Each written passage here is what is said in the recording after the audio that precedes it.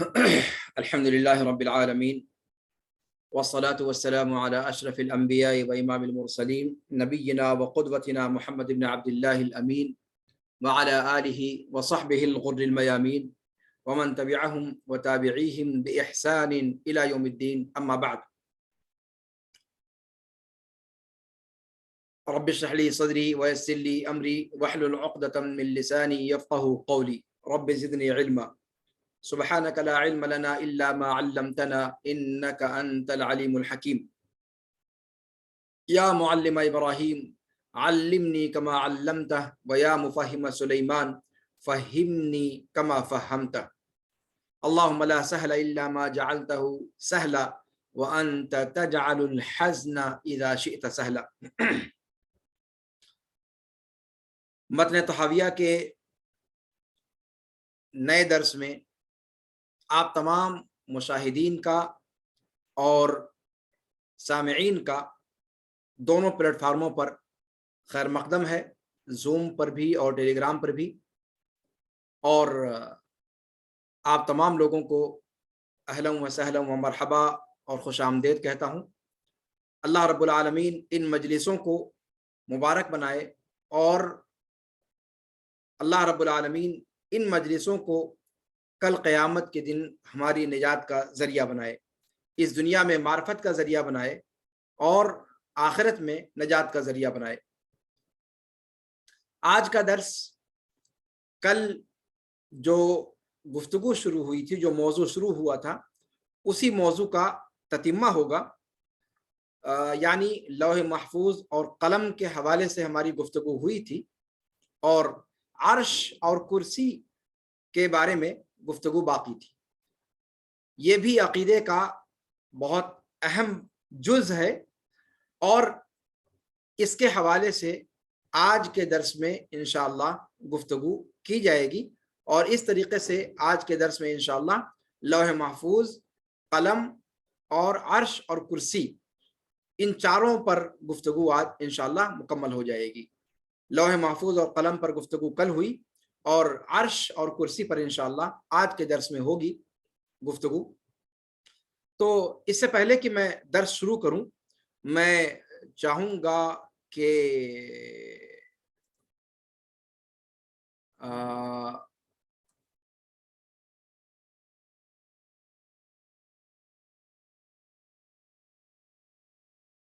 آج کی درس کی خواندگی بھی ہو جائے، اور اس کے لیے میں عزیزم ولید سلمہ اللہ سے گزارش کروں گا کہ وہ آج کا درس آپ کے سامنے پڑھ دیں تاکہ اس کے بعد پھر گفتگو جاری رکھی جائے۔ جی عزیزم ولید سلمہ اللہ، تفضل۔ السلام علیکم ورحمۃ اللہ وبرکاتہ۔ وعلیکم السلام ورحمۃ اللہ تعالی وبرکاتہ۔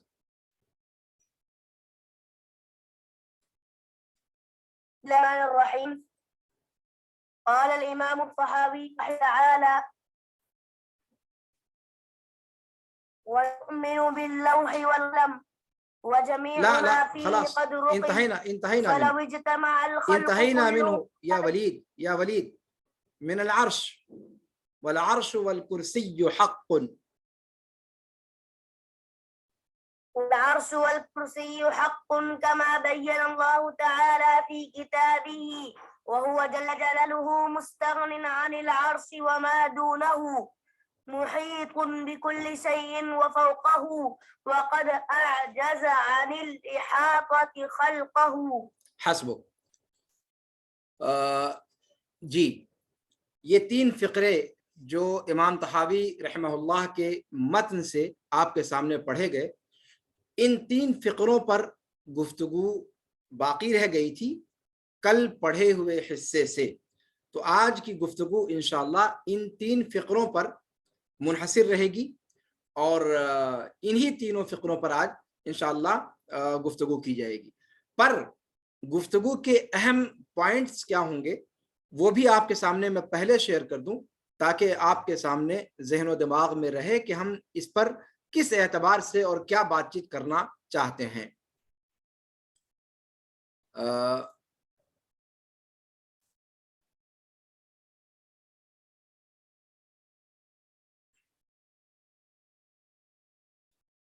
آپ کے سامنے دکھائی دے رہا ہے،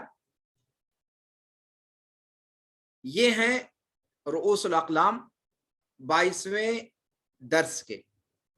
اس پر ہماری گفتگو رہے گی العرش والکرسی. عرش اور کرسی یہ دونوں کیا ہیں اور ان کے بارے میں کیا نصوص سے کتاب و سنت کے اندر وارد ہے. اس میں ہم پہلے پوائنٹس پر رکیں گے کہ لماذا ندرسہما فی العقیدہ. عرش اور کرسی کا عقیدے کے موضوع سے کیا تعلق، کیوں عقیدے میں ہم اس کو پڑھتے ہیں. اس کے بعد ایک پوائنٹ ہے کہ عرش اور کرسی یہ دونوں آیا ایک ہی چیز ہیں یا علیحدہ علیحدہ دونوں کی الگ الگ شناخت اور دونوں کی الگ الگ حیثیت ہے. اگلا پوائنٹ ہوگا کہ عرش کے اوصاف کتاب و سنت کے اندر کیا وارد ہیں. اس میں انشاءاللہ ہم رکیں گے اور دیکھیں گے کہ عرش کے ڈھیر سارے اوصاف کا تذکرہ کیا گیا ہے. اس کو عظیم کہا گیا ہے، اس کو مجید کہا گیا ہے، اس کو کریم کہا گیا ہے، اس کے قوائم کا تذکرہ، اس کے پائے ہوں گے، پایوں کا تذکرہ کیا گیا ہے. اس بات کا ذکر کیا گیا ہے کہ وہ اٹھایا جائے گا، انہ یحمل، وہ اٹھایا جائے گا، یعنی ایسی چیز ہے جسے اٹھایا جائے، جس کے پائے ہوں گے. ایسی انہ یستوی علی، عرش وہ چیز ہے جس پر مستوی ہوا جاتا ہے. یہ اس کے اوصاف میں سے ذکر کیا گیا. ان سارے اوصاف کا تقاضا کیا ہے وہاں پر بھی ہم انشاءاللہ تھوڑا سا توقف اختیار کریں گے. اس کے بعد ہم عرش عربی زبان میں کس معنی کے لیے آتا ہے عربی ڈکشنری میں، اس لیے کہ یہ عربی زبان کا لفظ ہے تو ڈکشنری کے اعتبار سے اس کا معنی دیکھنا ضروری ہے. تو عرش کا مفہوم لغت میں کیا ہے، لغت عرب میں، یہاں پر ہم ٹھہریں گے. پھر عرش کے بارے میں مخالفین کے اقوال کیا ہیں، عرش کے بارے میں جو لوگ مخالف رائے رکھنے والے ہیں ان کے اقوال کتنے ہیں اور کیا کیا ہیں. پہلا قول، دوسرا قول، تیسرا قول، تفصیل انشاءاللہ وقت پر آئے گی. اس کے بعد کرسی کی بات آئے گی. کرسی، اس کے بارے میں کیا نصوص وارد ہیں کتاب و سنت کے اندر. کرسی عربی زبان میں کس چیز کو کہا جاتا ہے. اچھا، اسی طریقے سے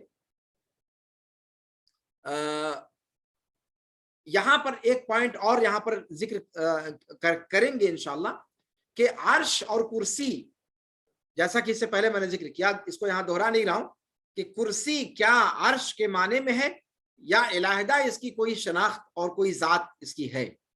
یہ الگ چیز ہے، وہ الگ چیز ہے، یا دونوں ایک ہی چیز ہیں. اس پر بھی گفتگو انشاءاللہ پہلے عرش والے موضوع پر ہی آ جائے گی.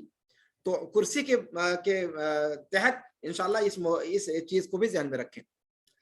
اس کے بعد آخری پوائنٹ ہوگا کہ عرش اور کرسی پر ایمان کا اثر کیا ہوتا ہے.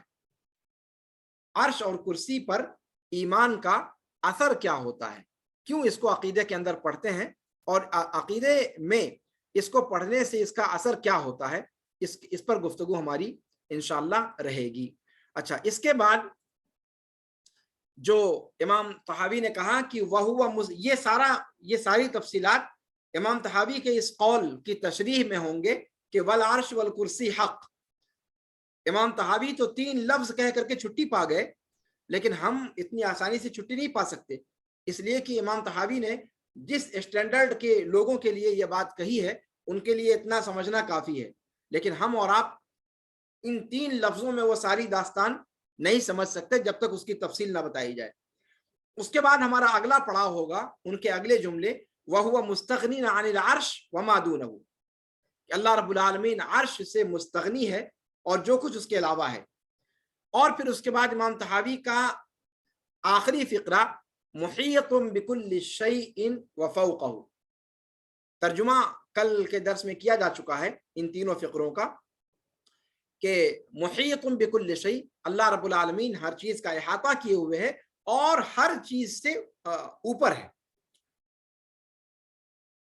وفوقہ، فوقہ کی ضمیر شے کی طرف لوٹ رہی ہے. اللہ تعالیٰ ہر چیز کا احاطہ کیے ہوئے ہے اور اس سے اوپر ہے. وقد اعجز عن الاحاطہ خلقہ، اپنی مخلوق کو عاجز کر دیا احاطہ کرنے سے. ان دونوں جملوں کا مفہوم کیا ہے اور اس سے کیا سمجھ میں آتا ہے، یہ ہمارے درس کا، آج کے درس کا آخری پڑاؤ ہوگا، وہاں پر ہم انشاءاللہ رکیں گے. تو بسم اللہ کرتے ہیں پہلے جملے سے، جو امام طحاوی رحمہ اللہ نے یہاں پر فرمایا کہ عرش اور کرسی حق ہے.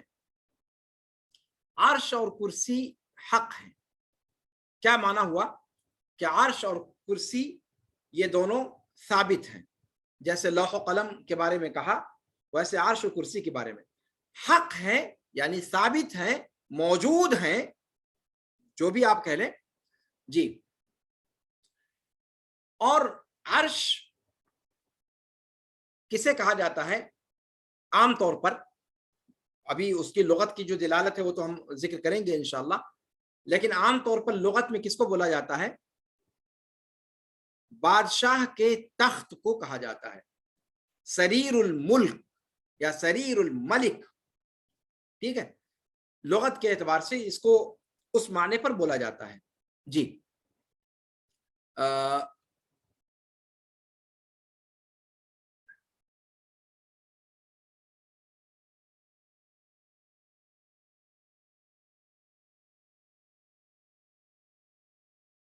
تو حق کا معنی کیا ہوا کہ عرش اور کرسی حق ہے، یعنی ہم اس پر، اس کے ظاہر پر ایمان لاتے ہیں، اس کے موجود ہونے پر اور ثابت ہونے پر عقیدہ رکھتے ہیں.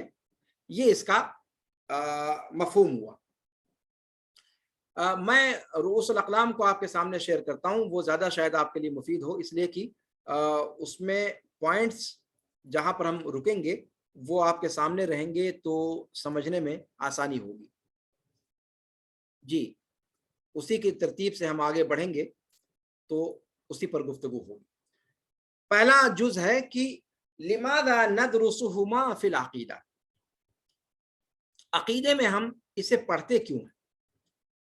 جی عقیدے میں اسے ہم پڑھتے کیوں ہیں. سب سے پہلا سوال یہ ہے. اس کا جواب کیا ہے؟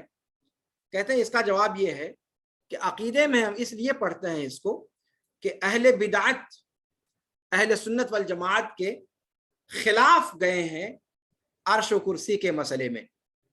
عرش اور کرسی کی تفسیر کو لے کر اہل سنت والجماعت اور اہل بدعت کے درمیان اختلاف پائے جانے کی وجہ سے. اور چونکہ عرش اور کرسی کا مسئلہ یہ ایک غیبی مسئلہ ہے جس کو من وعن تسلیم کرنا یہ ہمارے ایمان کا جزو ہونا چاہیے. جیسا کہ کل ذکر کیا گیا کہ متقین کے اوصاف میں سے اخص الوصف اوصاف جو ہے، جو سب سے خاص وصف ہے سورہ بقرہ کی تعبیر میں، وہ الذین یؤمنون بالغیب ہے، کہ متقین وہ ہیں جو سر فہرست غیب پر ایمان رکھتے ہیں.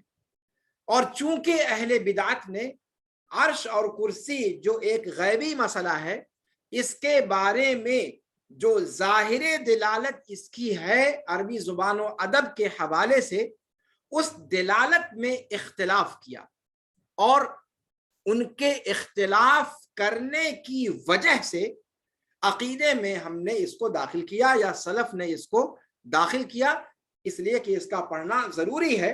جب اس کے مفہوم میں اختلاف در آیا اور اس کے مفہوم کو توڑ مروڑ کر اس کی گردن اینٹھ کر آیتوں اور حدیثوں کو سمجھنے کی کوشش اہل بدعت نے کی، تو پھر اہل سنت والجماعت اور اہل حدیثوں کو اور سلف کو ضرورت محسوس ہوئی کہ اس مسئلے کو عقیدے میں رکھ کر اور اس کا دراسہ کیا جائے.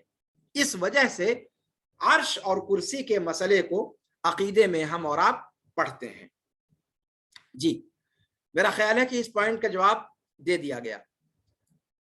اچھا اب ایک اگلا جو اس کے اندر ذکر کیا گیا ہے وہ کیا کہ کیا ہما شیئانی ام شیء واحد، عرش اور کرسی دونوں ایک ہی چیز ہیں یا دونوں الگ الگ علیحدہ چیزیں ہیں. ظاہر سی بات ہے سوال جب پوچھا گیا ہے یا نقطہ جب اٹھایا گیا ہے تو کچھ نہ کچھ تو پس پردہ معاملہ ہے.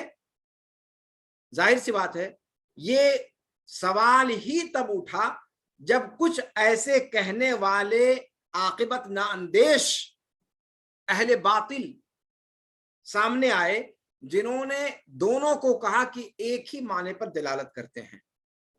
عرش اور کرسی دونوں ایک ہی معنی پر دلالت کرتے ہیں، لیکن کیا ان کی یہ بات صحیح ہے؟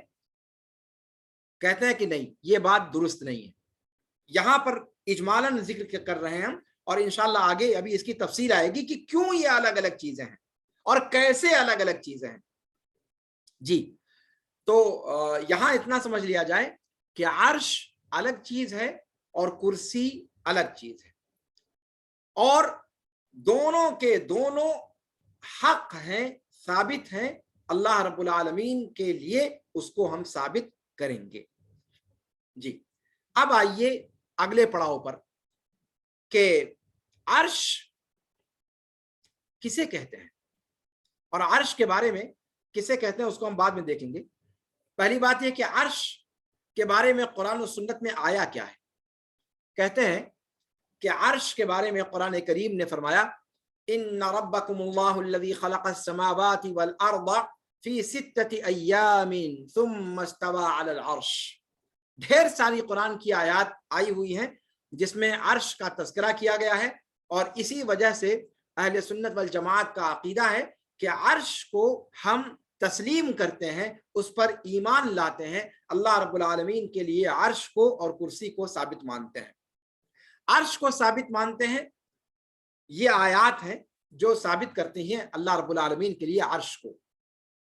فرمایا کہ یقینی طور پر تمہارا رب وہ ہے جس نے آسمان و زمین کی تخلیق کی 6 دنوں میں، پھر عرش پر جلوہ افروز ہوا، عرش پر مستوی ہوا، عرش پر بلند ہوا، عرش پر بلند ہوا. جی اور اس عرش کی صفت قرآن کریم نے بیان کرتے ہوئے فرمایا کہ رب العرش العظیم، کہ اللہ رب العالمین کے بارے میں کہ وہ عرش عظیم کا رب ہے. عرش عظیم، گویا عرش کی صفت اللہ رب العالمین نے بیان فرمائی کہ وہ عظمت والا ہے، جسامت کے اعتبار سے اور اپنی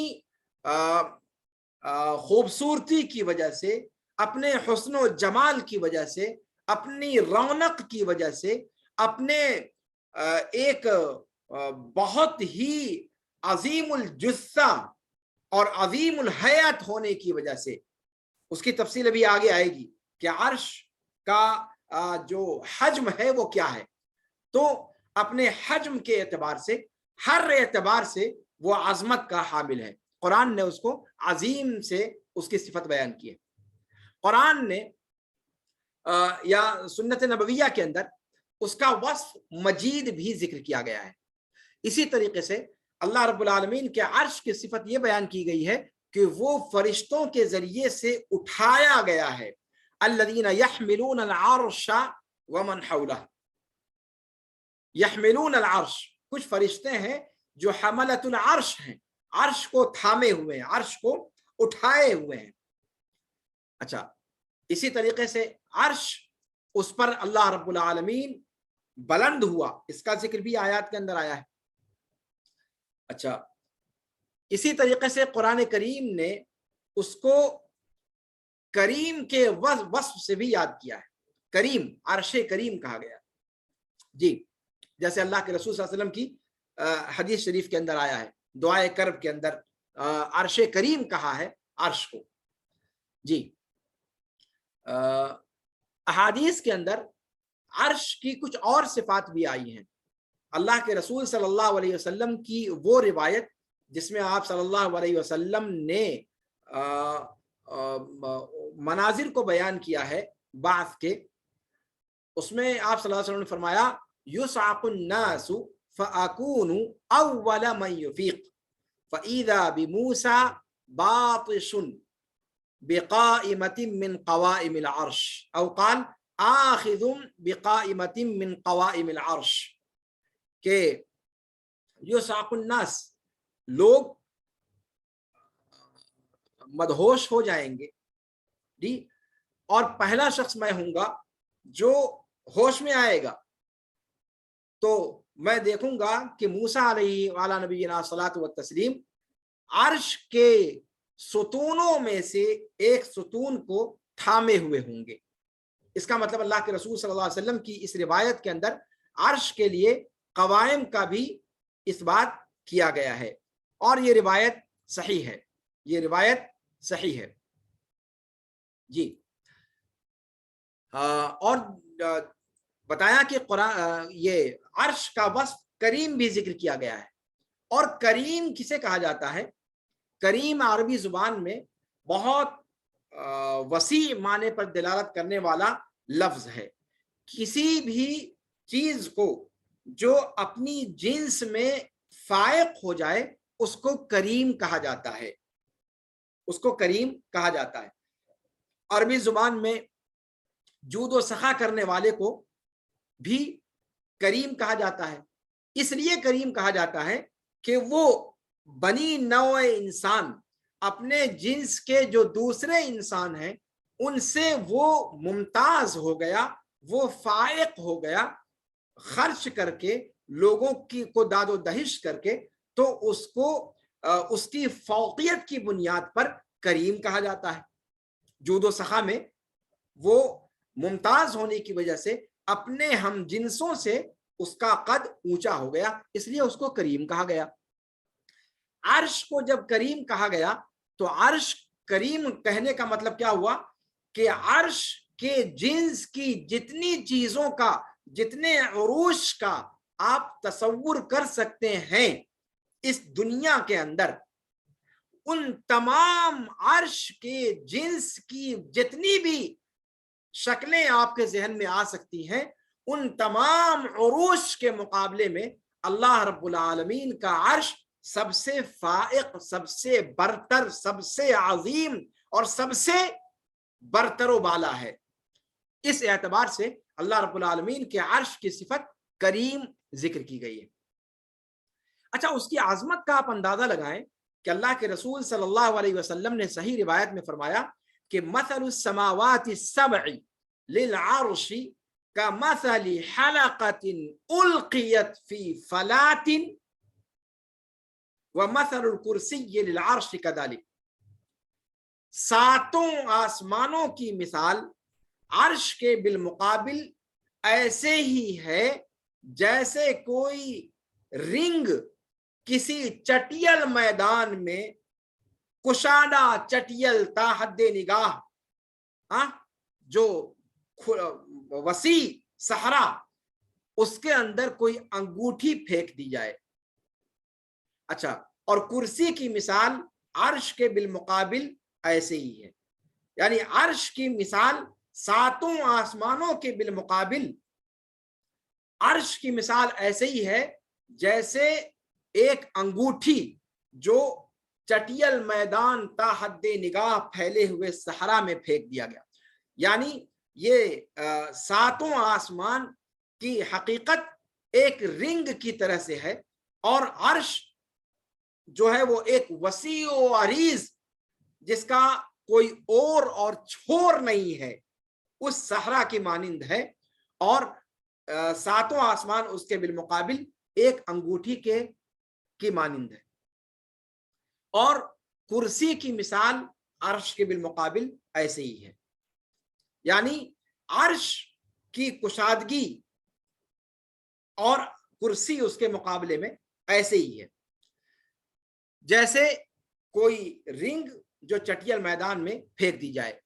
اس حدیث کو صحیح کہا ہے اور اہل علم کی ایک جماعت نے اس کی تقویت کی ہے اور یہ مختلف طرق سے مروی ہے. امام ابن تیمیہ رحمہ اللہ نے اس کا تذکرہ فرمایا ہے. جی تو یہ ہے کیا نام ہے عرش کے بارے میں وارد نصوص اور نصوص کے اندر اس کی صفات. کریم کا جو میں نے معنی ذکر کیا کہ وہ ہر اپنے جنس میں فائق چیز کو کہا جاتا ہے. اس کی مثال آپ قرآن میں بھی دیکھ سکتے ہیں. قرآن کریم نے کہا سورہ شعراء کے اندر انبتنا فیہا من کل زوج کریم، یعنی ایسے جوڑے جو اپنے علاوہ سے فائق تھے اپنے جنس کے اعتبار سے، بہا میں، خوبصورتی میں، تر و تازگی میں. اور کریم عرش کی بھی صفت قرآن نے استعمال کی ہے. فرمایا رب العرش الکریم، سورہ مومنون آیت نمبر 116، وہاں پر عرش کی صفت اللہ رب العالمین نے کریم استعمال کی ہے. اور کریم استعمال کرنے کا مطلب یہ ہوا کہ عرش کے جنس کے جتنے بھی اس دنیا کے اندر یا مخلوق میں بادشاہوں کے شہنشاہ جس کو کہا جاتا ہے، جس کو جو تعبیر شرعی اعتبار سے درست نہیں ہے، جتنے بڑے سے بڑے بڑے بادشاہ ہوں ان کے عرش کا تصور کر لیں آپ. ان تمام عرشوں کے بالمقابل اللہ رب العالمین کا عرش جنس کے اعتبار سے فائق، برتر، عظیم اور عظیم ترین ہے.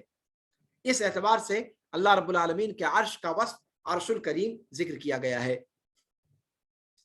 اچھا، اور کریم کا معنی ہی تب سمجھ میں آئے گا جب آپ اللہ رب العالمین کے عرش کو اپنے بقیہ جنس سے فائق مانے. جیسا کہ میں نے آپ کو ذکر کیا، انسان کو جب جود و کرم کے معنی میں کریم کہا جاتا ہے تو اس کا معنی ہوتا ہے کہ اپنے ہم جنس انسانوں سے وہ فائق اور برتر ہو گیا اپنے جود و سخا کی وجہ سے. تو کریم کے اندر کہیں نہ کہیں یہ معنی پایا جاتا ہے کہ کسی خاص وصف میں، جس وصف کے اندر اس کو ذکر کیا جا رہا ہے اس وصف میں وہ اپنے ہم جنسوں پر ممتاز اور فائق ہے. تو جب عرش کو کریم کہا گیا تو اس کا مطلب ہے کہ عرش کے جنس کے جتنی بھی نماذج یا نمونے موجود ہیں اس میں اللہ رب العالمین کا عرش فائق اور برتر ہے. یہ سب تفصیل کیوں بیان کی جا رہی ہے اس کا ذکر ابھی آگے آئے گا، اس بات کو آپ ذہن میں رکھیں. جی، اور یہ سارے کے سارے اوصاف یہ اس بات کو بتلاتے ہیں کہ اللہ رب العالمین کا عرش اپنے ظاہری معنی پر ہے اور حقیقت میں وہ کوئی چیز ہے، اس کا کوئی مجازی معنی مراد نہیں ہے. اور اسی لیے جو دنیا کے اندر عرش کے جو اوصاف ذکر کیے جاتے ہیں وہ اوصاف اللہ رب العالمین کے عرش کے لیے بھی ذکر فرمائے گئے. اور یہ سارے اوصاف اس بات پر دلیل ہیں کہ وہ عرش بھی اپنے حقیقی معنی میں استعمال ہے. جیسے خلقت کے لیے عرش کا استعمال قرآن کریم نے کیا ہے اور عربی زبان نے کیا ہے، ویسے ہی اسی معنی میں اللہ رب العالمین کے لیے عرش ہے. یہ اور بات ہے کہ اپنے حجم کے اعتبار سے، اپنی صفت کے اعتبار سے، اپنی کیفیت کے اعتبار سے اس کا کوئی جو ہے مقابلہ ہی نہیں ہے. سورہ یوسف میں اللہ رب العالمین نے عرش کا ذکر فرمایا. وَرَفَعَ أَبَوَيْهِ عَلَى الْعَرْشِ وَخَرُّوا لَهُ سُجَّدًا. یوسف علیہ السلام نے اپنے والدین کو عرش پر بلند کیا. عرش پر یعنی جو جس پر یوسف علیہ السلام بیٹھے ہوئے تھے، اس عرش پر ان کو مقام عطا کیا، اپنے والدین کو اپنے مد مقابل اپنے ساتھ بیٹھایا. وَخَرُّوا لَهُ سُجَّدًا، اور سارے بھائی سجدے میں گر پڑے.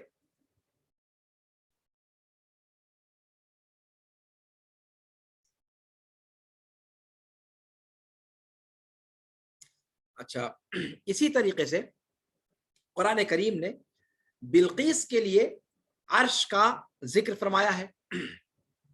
حدود نے آ کر کے سلیمان علیہ وعلیٰ نبینا صلاۃ و تسلیم کو جب خبر دی تھی تو کیا کہا تھا؟